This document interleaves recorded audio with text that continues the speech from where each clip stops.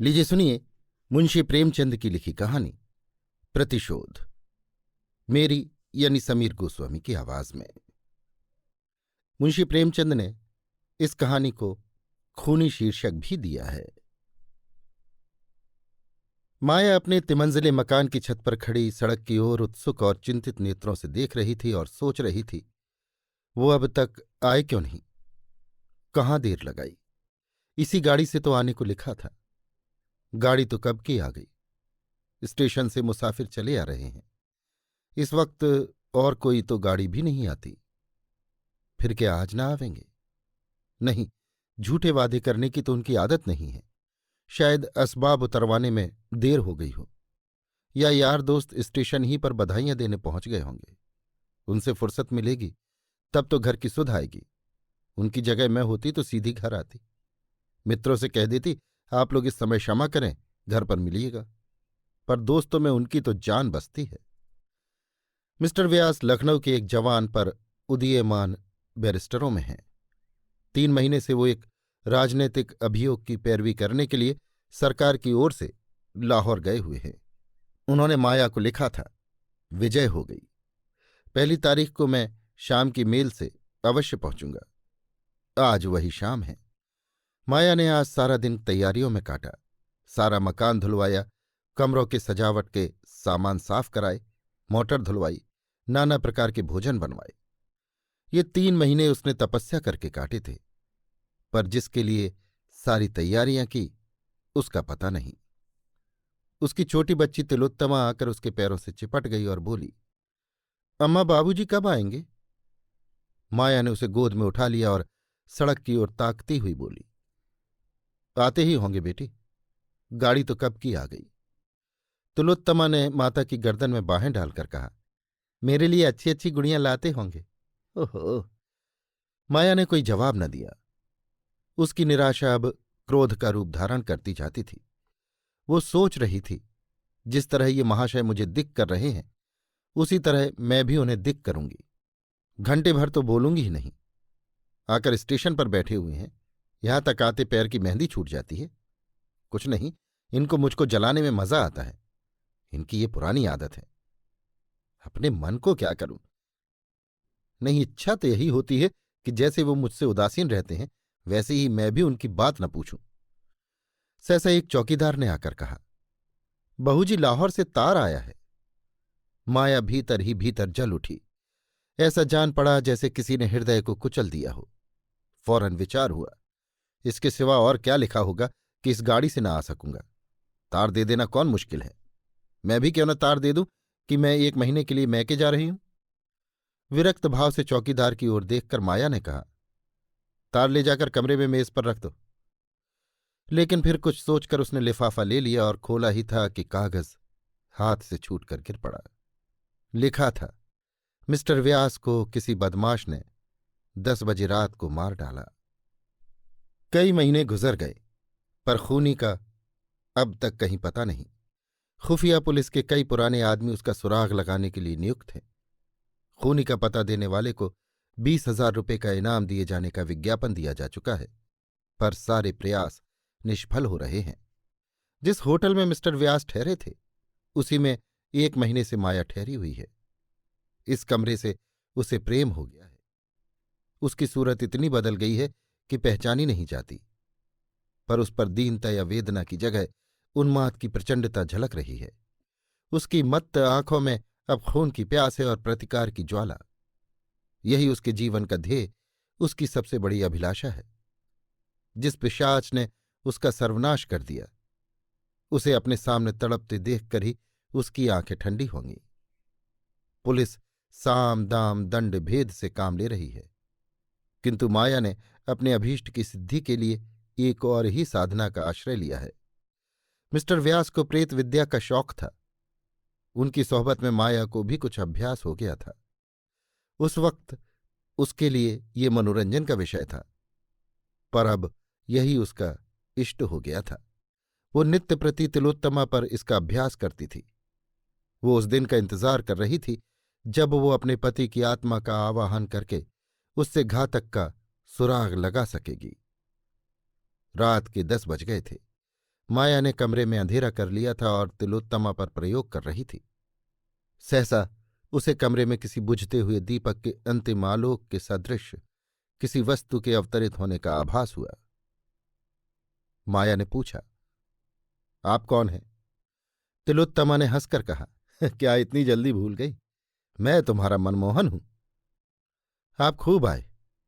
मैं आपसे आपके हत्यारे का नाम पूछना चाहती हूं। उसका नाम है ईश्वरदास। कहाँ रहता है?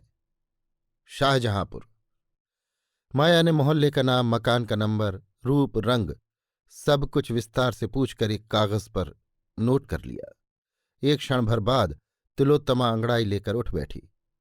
जब कमरे में फिर प्रकाश हुआ तो माया का मुखमंडल विजय के उल्लास से प्रदीप्त हो उठा था। उसी रात को माया शाहजहांपुर के लिए रवाना हो गई। माया की एक बहन शाहजहांपुर में रहती थी। ईश्वरदास का पता लगाने में कोई कठिनाई न हुई। माया को भय था कि कहीं प्रेतात्मा की बतलाई हुई बातें मिथ्या न हों। इसलिए जब उसे ईश्वरदास का घर मिला तो उसका हृदय आनंद मिश्रित भय से कांप उठा। कल्पना जगत की बात सम्मुख आ गई। अब उस कर्तव्य को पूरा करना पड़ेगा जो प्रत्यक्ष होकर और भी कठोर हो गया है। माया ने ईश्वरदास के घर के पास ही एक घर किराए पर ले लिया है। तिलोत्तमा अक्सर खेलती हुई ईश्वरदास के पास चली जाती है। ईश्वरदास अविवाहित है। तिलोत्तमा को देखता है तो गोद में उठा लेता है और खिलाने लगता है। खूनी के जितने लक्षण आत्मा ने बतलाए थे वे सब मौजूद हैं। वही पहनावा है, वही रूप रंग है, वही मुद्रा है, वही बातचीत करने का ढंग है। लेकिन माया को कभी कभी संदेह होने लगता है कि कहीं उसे भ्रम न हो रहा हो।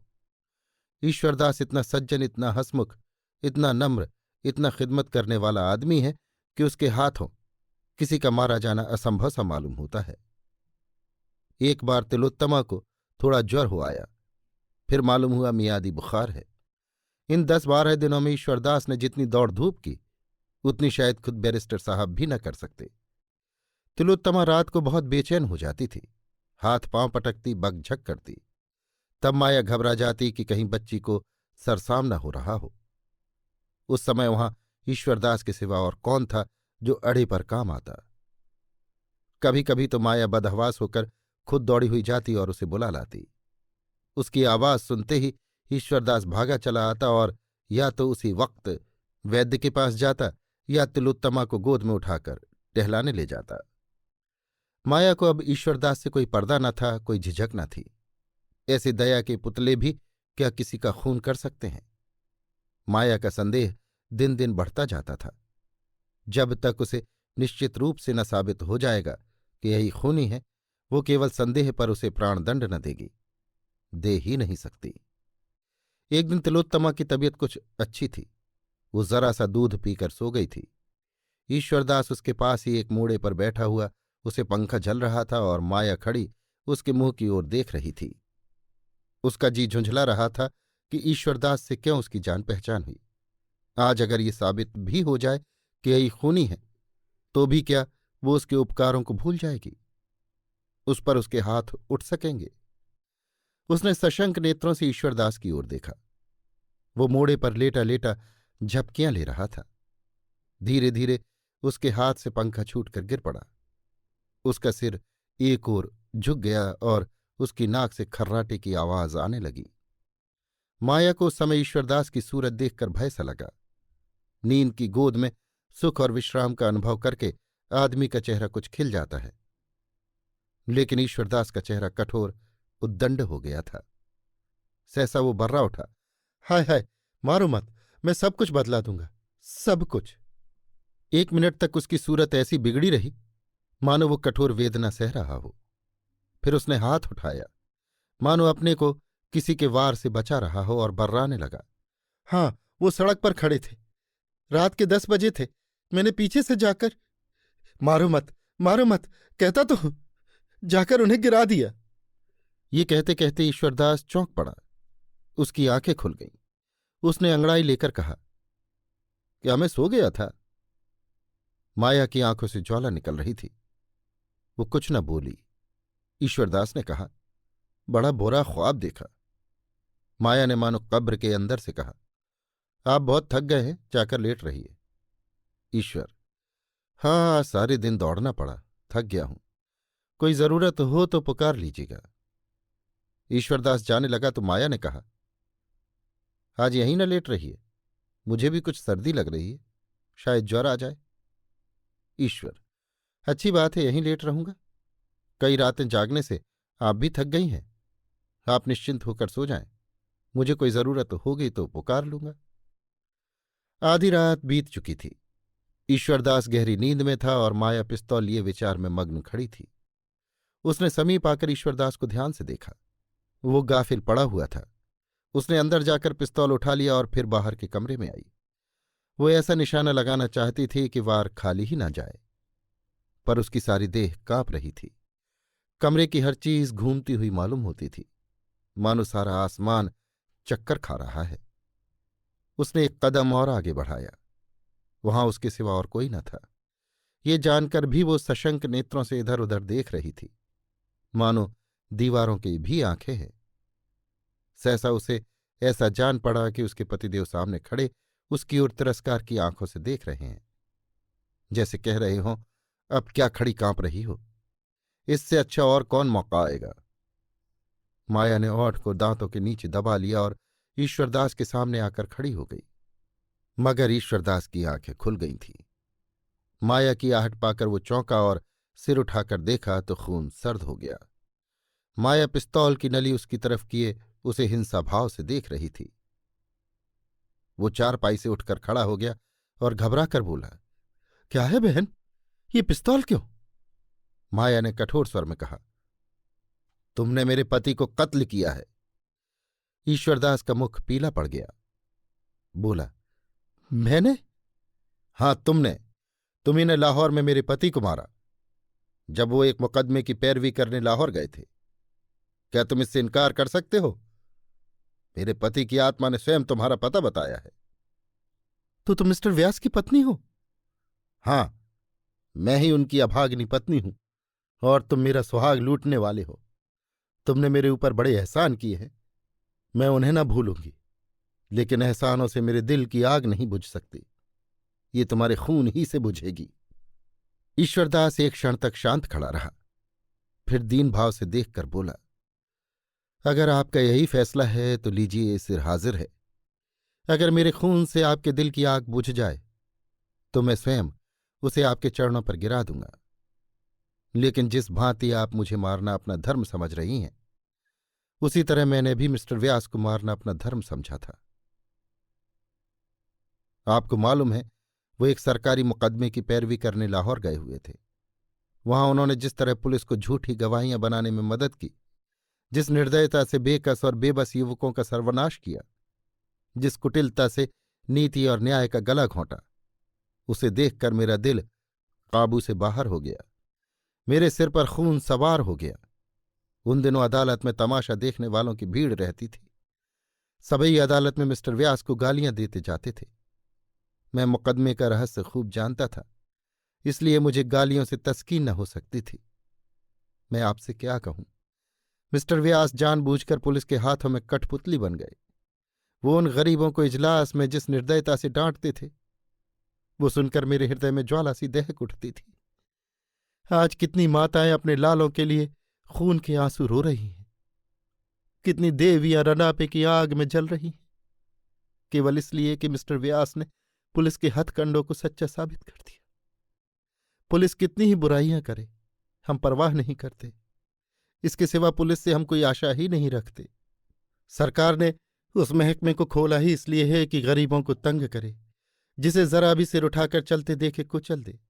मगर वकीलों से हम न्याय की आशा रखते हैं, हम उनका आदर करते हैं, उन्हें अपने समाज का नेता समझते हैं। जब ऐसे आदमियों को हम पुलिस की तालों पर नाचते देखते हैं तो यही जी चाहता है कि ऐसे देशद्रोहियों का खून पी जाएं। मैं मिस्टर व्यास का बड़ा भक्त था। एक बार मैं उनका व्याख्यान सुनकर दंग रह गया था, मगर जब मैंने उन्हें बेगुनाहों की गर्दन पर छुरी फेरते देखा तो मुझे उनसे घृणा हो गई। बेचारे गरीब मुल्जिम रात रात भर उल्टे लटकाए जाते थे, केवल इसलिए कि जो अपराध उन्होंने कभी नहीं किया उसे स्वीकार कर ले। उनकी नाक में लाल मिर्च का धुआं डाला जाता था।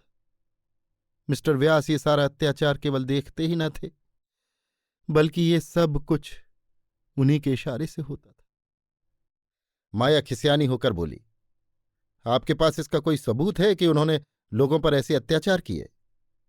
ईश्वरदास ने उत्तेजित होकर कहा, वो कोई छिपी हुई बात न थी। लाहौर का बच्चा बच्चा जानता है। मैंने खुद अपनी आंखों से देखा। इसके सिवा मैं और क्या सबूत दे सकता हूं कि उन गरीबों का इतना ही अपराध था कि वे भारत के सच्चे सेवक थे, अपना सारा समय शिक्षा प्रचार और परोपकार में लगाते थे, खुद कुचले जाते थे पर गरीबों को सख्तियों से बचाते थे, खुद फाके करते थे पर भूखों को खिलाते थे। यही उनका अपराध था और इसी अपराध की सजा दिलाने में मिस्टर व्यास पुलिस के दाहिने हाथ बने हुए थे। माया ने पिस्तौल जमीन पर रख दिया और सिर झुकाकर सोचने लगी। उसका नारी हृदय अत्याचार का ये वृत्तांत सुनकर कातर हो उठा। वो जब किसी कोचवान को देखती थी कि घोड़े को बेतरह पीट रहा है तो उसे क्रोध आता था कि कोचवान को कोड़े लगवाए। कोई पुरुष अपनी स्त्री को पीटता था तो ये खबर सुनकर उसका चित्त उस स्त्री के लिए दुखी हो जाता था, लेकिन जब उसे मालूम हो जाता था कि ये घोड़ा अड़ियल है और स्त्री कुल्टा, तो उसका क्रोध उलट पड़ता था। यही दशा इस समय भी उसके मन की हो रही थी। ईश्वरदास ने फिर कहना शुरू किया, ये न समझिए कि मैं आपके पिस्तौल से डरकर मिस्टर व्यास पर झूठे आक्षेप कर रहा हूं। मैंने कभी जीवन की परवाह नहीं की। मेरे कौन रोने वाला बैठा हुआ है जिसके लिए मौत से डरूं? अगर ये माजरा सुनकर भी आप समझती हैं कि मैंने मिस्टर व्यास के साथ अन्याय किया है तो पिस्तौल उठाकर इस जीवन का अंत कर दीजिए। मैं जरा भी न झिझकूंगा। पुलिस की आंखों में तो मैं खूनी हूं, लेकिन मैं पुलिस की परवाह नहीं करता। जनता की आंखों में मैं बेकसूर हूं। अगर पुलिस मेरे खिलाफ कोई गवाह चाहे तो नहीं पा सकती। मैं खुद अपने को खूनी नहीं समझता। बस आप ही के ऊपर फैसला है। आपका फैसला अगर मेरे खिलाफ है तो मैं आपके सामने यहीं इसी पिस्तौल से अपना अंत कर लूंगा। ये कहते हुए ईश्वरदास ने जमीन से पिस्तौल उठा लिया और उसकी नली अपनी तरफ फेर कर माया की तरफ देखने लगा। माया ने सिर उठाकर नरमी से कहा, पिस्तौल रख दीजिए। मैं आपका फैसला सुनना चाहता हूं। इसका फैसला ईश्वर करेंगे। मुझे अब आपसे कुछ नहीं कहना है। मैं उन्हें ऐसा न समझती थी। आप मुझे उन घरों का पता बता दीजिए जो मेरे पति के हाथों बर्बाद हुए हैं। शायद मैं उनके अत्याचार का कुछ प्रायश्चित कर सकूं। अभी आप सुन रहे थे मुंशी प्रेमचंद की लिखी कहानी प्रतिशोध, मेरी यानी समीर गोस्वामी की आवाज में। मुंशी प्रेमचंद ने इसी कहानी को एक और शीर्षक दिया है, खूनी।